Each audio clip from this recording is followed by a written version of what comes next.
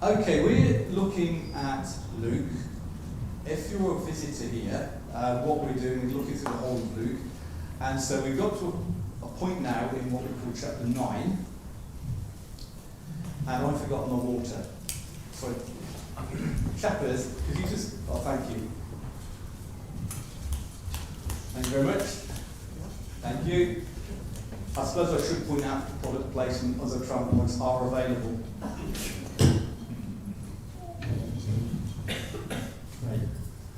So what we're going to do, we're just going to read this part of the chapter, and we're going to start from, in fact we're going to start from where we were last week, when Steve talked about the transfiguration, and we're just going to go through.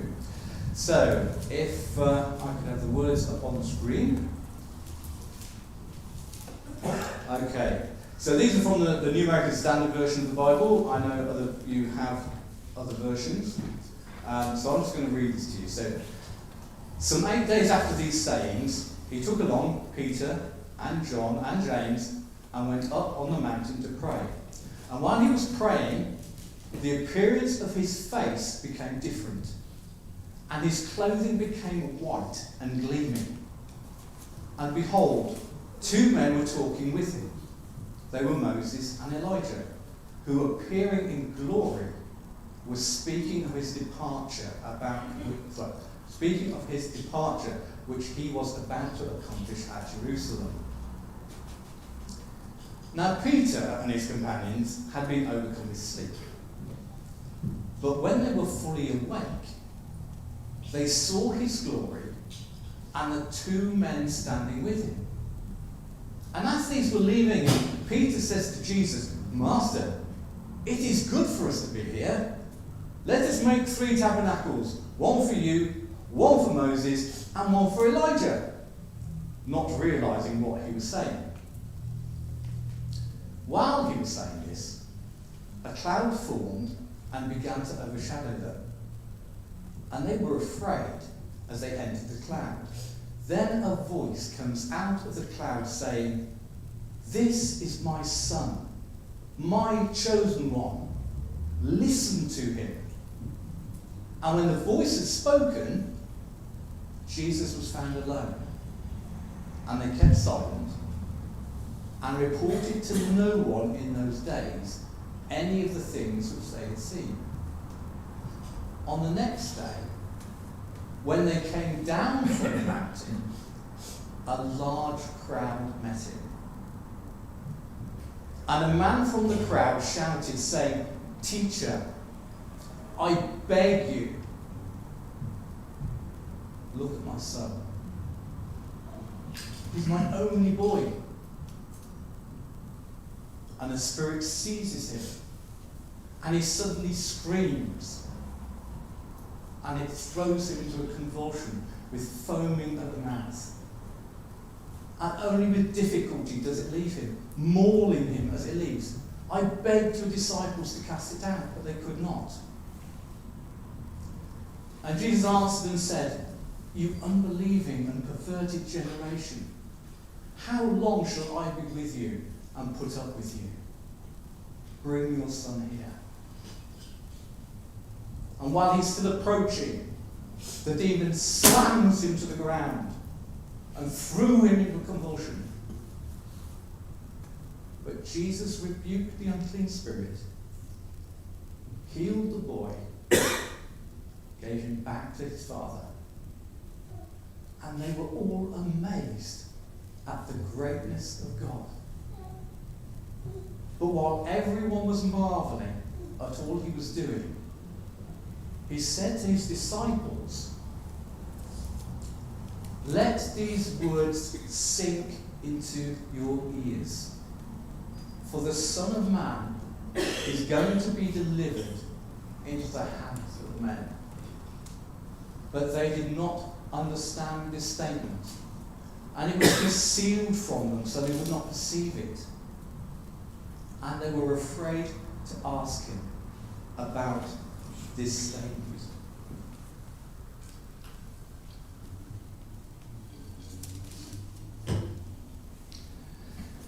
It's important to see what's going on here. And it's important when you look at a passage, you look at what comes before and what comes after. So we started by looking at the Transfiguration, when Peter, James, John and Jesus go up the mountain and have this glorious experience, which Steve talked about last week. I don't intend to repeat any of that, but it's important we know what came before. Because the point is this, what we're seeing here is basically a living parable. It's a picture of what Christ has done. See, Christ was on top of the mountain. He's with his Father. The glory, the majesty, the power of God. And he leaves that to come down the mountain to a broken world.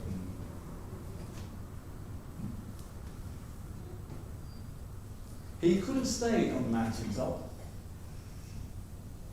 He chooses to come down. We live in a very broken world.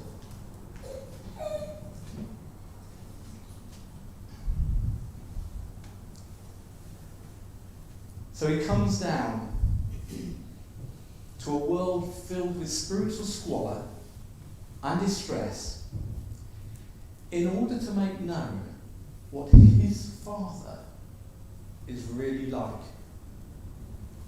and reveal his glory to some long-lost sons and daughters. From the glory of heaven to the filth of the world. And Jesus comes face to face with a demon. Now at this point I want to digress just slightly. And we're just going to talk about demons and things like that. Now before all of you say, oh no, he's going weird. Alright? I believe in God. I believe in the devil. I believe in angels. I believe in demons. As Christians, that's what we do.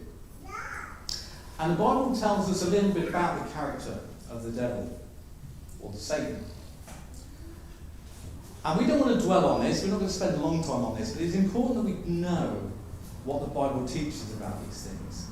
Because it surprises me how many Christians do not really understand the devil. The Bible tells us a lot about his character and his mission. And Craig a few weeks ago told us, didn't he, that Satan was a fallen angel. He was cast out of heaven with a third of the angels for leading a rebellion against God. And you'll find that in Revelation, in Isaiah, and in Ezekiel, which are books in the Bible. So Satan, all he is a fallen angel. And the first thing that I find that most Christians are confused about, the devil is not omnipresent. In other words, he can only be at one point in time and space at any particular time.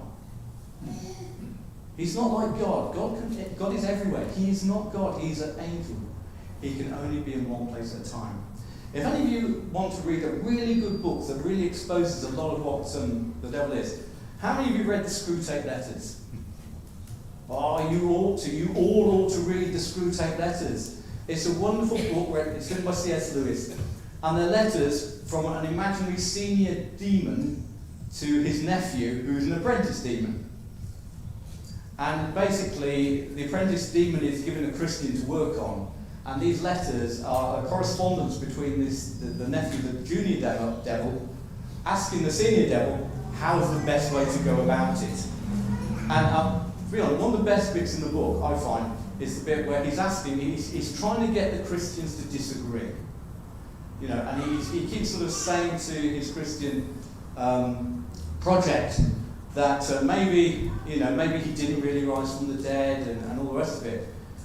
And he writes to his uncle, and his uncle writes back and says, look, you're going about this completely the wrong way. You'll never get them to disagree about things like that. What you need to do is concentrate on Mrs. Ponsonby's hat. I don't know if it was Mrs. Ponsonby, but concentrate on the hat. Start saying what an awful hat she's wearing.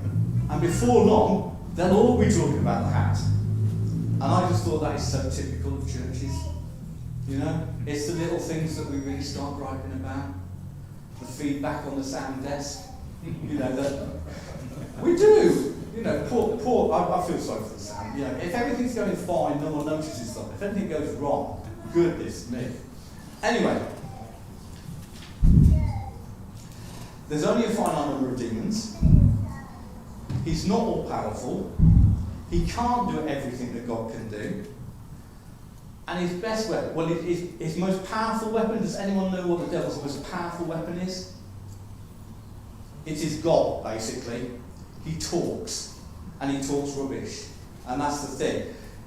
In the garden, what did he do to Eve? Did he try and ram her through with a pitchfork? No. He talked to her. In the wilderness with Jesus, he speaks to Jesus. In Revelation 12 and verse 10, it calls him the accuser of the brethren. One who accuses. And what does he say? Well, in John's Gospel, it's recorded, Jesus says of him, he calls him a murderer and a liar. And in fact, the father of lies. He's a liar. Now, we have to remember that we still have to confront him. We're still in a warfare. Ephesians 6:12 says, "For our struggle is not against flesh and blood, but against the rulers, the powers, against the world forces of this darkness, against spiritual forces of wickedness in the heavenly places." But to put this in perspective, there are three things that wage war against me: the world, the flesh, and the devil. And the biggest problem that I have in my spiritual life is not the devil, it's Neil Hubbard. He is the biggest pain to my spiritual growth in life, because that's my flesh. And it's my flesh 99 times out of 100 that will come and try and trip me up. However,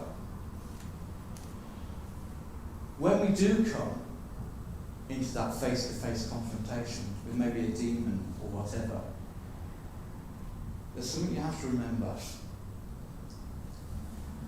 1 John 4 verse 4 says, "You are from God, little children, and have overcome them, because greater is he who is in you than he who is in the world." Let's just say that together. Greater is he that is in you than he that is in the world. You know, Fraser, when you're out on the beach, when you face those confrontations, greater is he that's in you than he that's in the world. Charlotte, when you're away, even though it's a Christian, in fact, especially because it's a Christian organisation, greater is he that is in you than he that is in the world. Those of you who maybe run your own businesses and you have problems with customers, greater is he that is in you than he that is in the world. Remember that. Demonic possession is fairly rare in this country, and I think there are reasons for that which we don't need to go into. In my Christian life, I've known 2 people, one of whom was a brother who came to know the Lord, and all sorts of things started happening. But that is as much as we're going to talk about him now. We're going to move on. We're going to look into the passage. So Jesus is at the foot of the mountain. And there's this big crowd. The 9 disciples that have been left behind, they're trying to cast out this demon from the boy. And they can't do it. Even though at the beginning of the chapter 9, it says that they've been given the authority to cast out demons. They just can't do it. This story is told in both Matthew and Mark's Gospels, as well as Luke. Excuse me.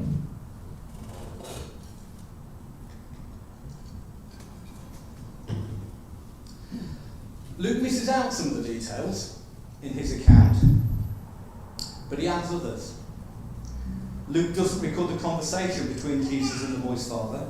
He doesn't record the conversation his disciples have with him regarding prayer, which is unusual for Luke, because Luke concentrates a lot in his gospel about prayer, but he doesn't mention it. But Luke does record some things that the others don't record. In Matthew implies that the boy is a lunatic. In other words, someone with mental health issues. In Mark, it implies he has epilepsy, which is a brain condition. But Luke, remember, Luke's the doctor, right? Luke's the scientist. Luke's research. He doesn't mention that. He comes straight to the point, and he says he has a spirit. The Greeks and Romans, they knew all about mental illness. If it had been mental illness, Luke would have put mental illness. He doesn't. He says it's a spirit. Can I just make a point here? I am not saying that everyone who has a mental illness or has had epilepsy is possessed with a demon. I just want to make that really, really clear, so don't go away thinking I'm saying that I'm not. But in this particular case, it's a spirit. And the second point that Luke makes, and none of the others do, is this is the Father's only Son. It's interesting it doesn't record the mother being there. Maybe the mother had died. We don't know. What all three Gospels do record, though, is the words that Jesus says, which are fairly strong. So imagine this, he's come down the mountain, the Father is there pleading and begging, and Jesus calls them a fool, no word. O unbelieving and perverted generation, how long shall I be with you? And if you look at commentaries, a lot of commentaries, they say, who is Jesus talking to at this point? Is he talking to the Father? Is he talking to the disciples? Is he talking to the crowd generally?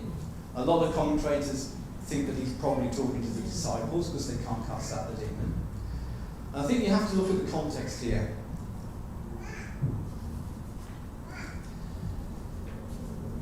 If you look closely at the words he says,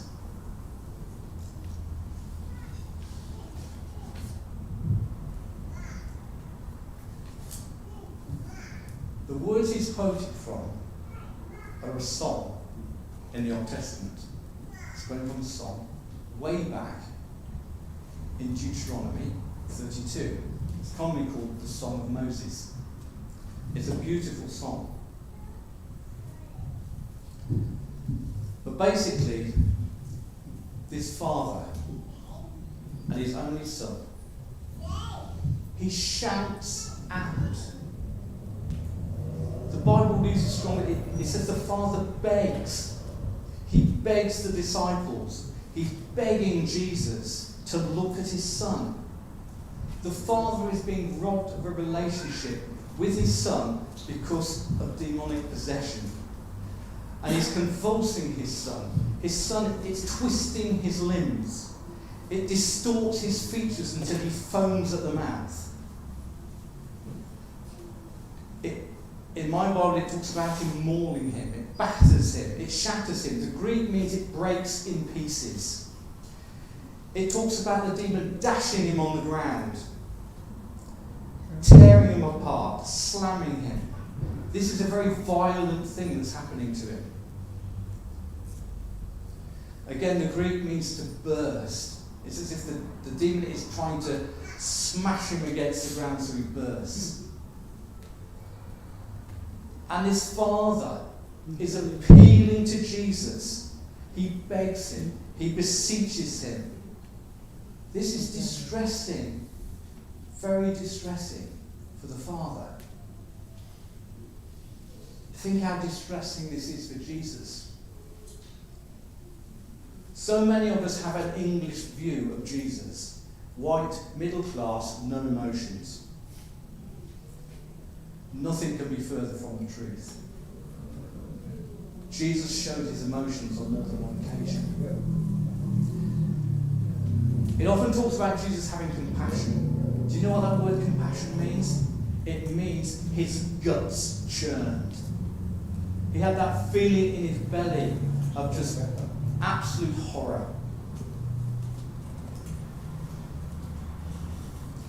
In two places, it says that Jesus weeps.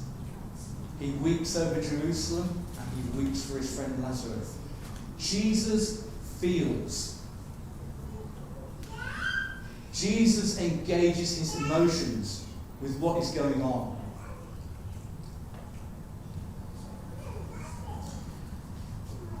In the Song of Moses, I'm just going to ask if you can pop it up on the screen. We're not going to read it all because it's quite long. We're just going to read a few bits. So basically, Jesus, when he's saying, you foolish and perverse generation, he's quoting from this. And there's a lot. Listen, especially at the beginning. Give ear, O heavens, let me speak, and let the earth hear the words of my mouth. Let my teaching drop as the rain, my speech distill as the dew, as the droplets on the fresh grass, and as the showers on the herb. For I proclaim the name of the Lord. Ascribe greatness to our God, the rock. His work is perfect. All his ways are just. A God of faithfulness, without injustice, righteous and upright is he. They, that is Israel, have acted corruptly towards him. They're not his children because of their defect, but are a perverse and crooked generation. Do you thus repay the Lord, O foolish and unwise people? Is not he your father who brought you? He has made you. He has established you. Remember the days of old. Consider the years of all generations. Ask your father. He'll tell you. The elders, they will tell you. God found Israel in the desert land and in the howling waste of the wilderness. He encircled him. He cared for him. He guarded him as the pupil of his eye. Like an eagle that stirs up over its nest, that hovers over its young, he spread out his wings and caught them. He carried them on his pinions. The Lord alone guided him, and there was no foreign god with him. He made him ride on the high places of the earth, and he ate the produce of the field. And I love this bit. He made him suck honey from the rock, oil from the flinty rock, curds from cows, milk from the flock, with the fat of lambs and rams, a breed of Bashan, and goats with the finest of the wheat, and the blood of grapes you drank wine. But Israel grew fat and kicked. You're grown fat, thick, and sleek. Then he forsook God who made him, and scorned the rock of his salvation. They made him jealous with strange gods. With abominations they provoked him to anger. They sacrificed to demons who were not gods, to gods whom they have not known, new gods who came lately, whom your fathers did not dread. You neglected the rock who begot you. You forgot the God who gave you birth. The Lord saw this and spurned them because of the provocation of his sons and daughters. And he said, I will hide my face from them. I will see what their end will be.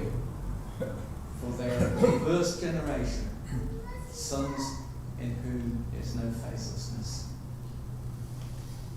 This is Jesus reminding the people of that song. And what I believe Jesus is saying is to Israel at this particular point, talking to all of them. But how many times do I need to step in?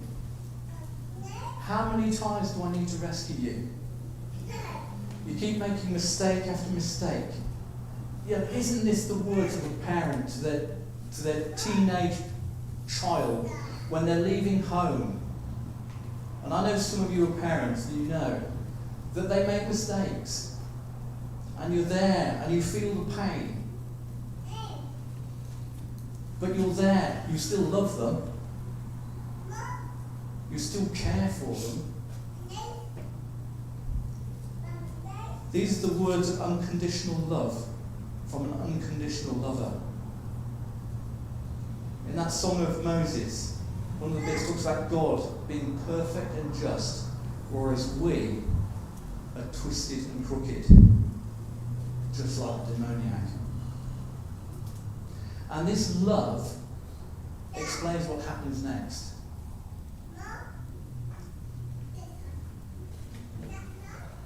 First, he rebukes the evil spirit. And whenever it says he rebukes, he also casts out. He casts them out. And then he heals the boy.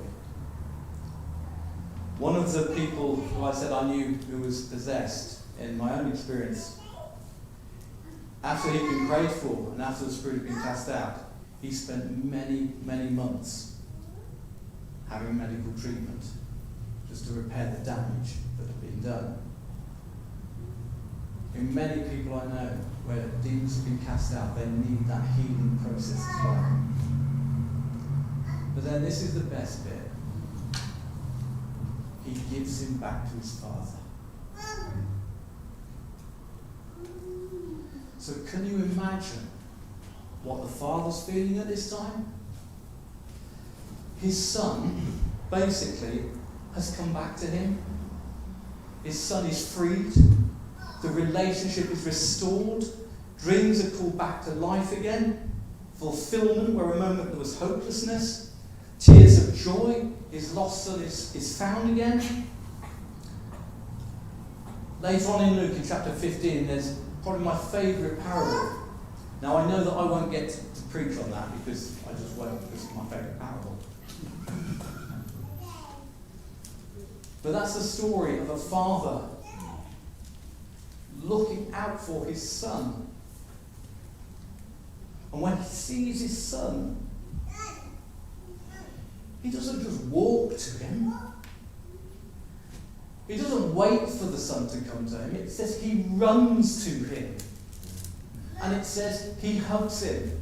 He puts his head on his neck and he kisses him again and again and again.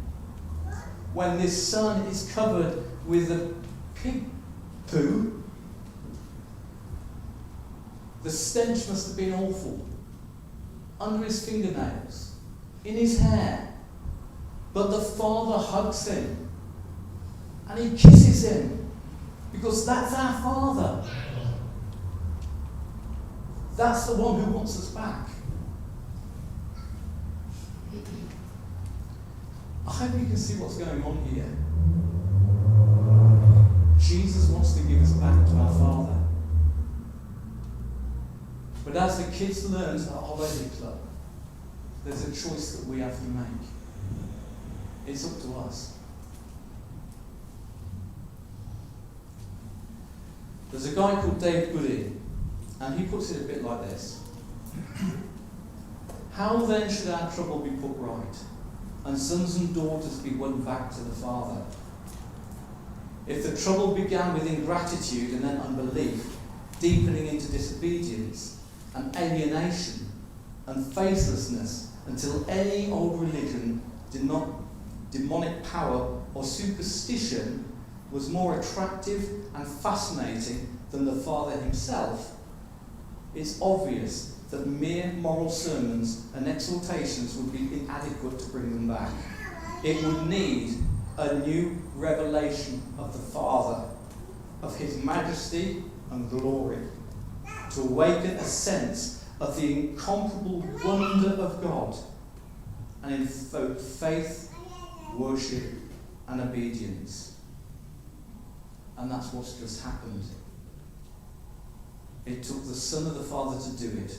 From the splendour of the Transfiguration, where a voice in the cloud from the glory pronounces, "My Son, my chosen one," is come down the mountain to the spiritual squalor of the plain in order to make known what the Father was really like and to reveal his glory to his long-lost sons and daughters.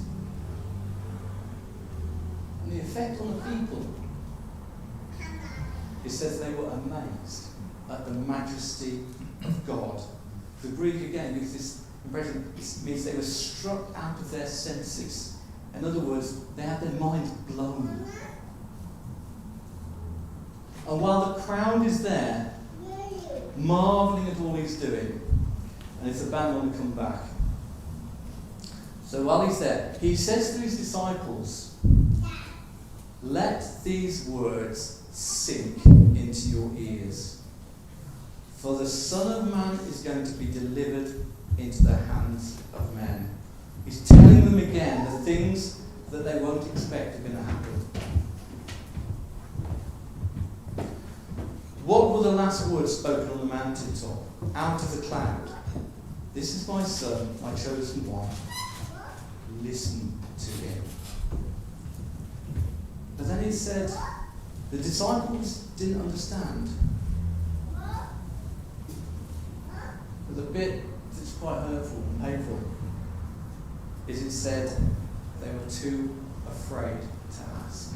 And my challenge to you this morning is, if you don't know this Jesus, if your relationship has not been restored to your Heavenly Father, don't be afraid to ask. It would be a tragedy if you leave here without at least asking.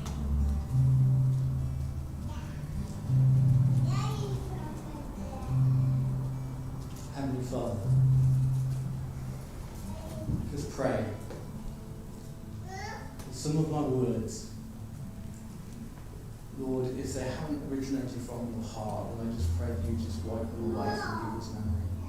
But Heavenly Father, I just ask now, for those who don't know you, Lord, that they won't be afraid to ask.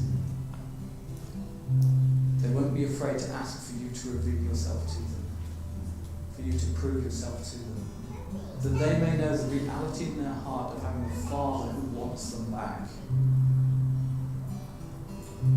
Not like our earthly fathers who have many, many faults, but this is the perfect Father. The Father who loves us. The Father who hugs us even when we're covered in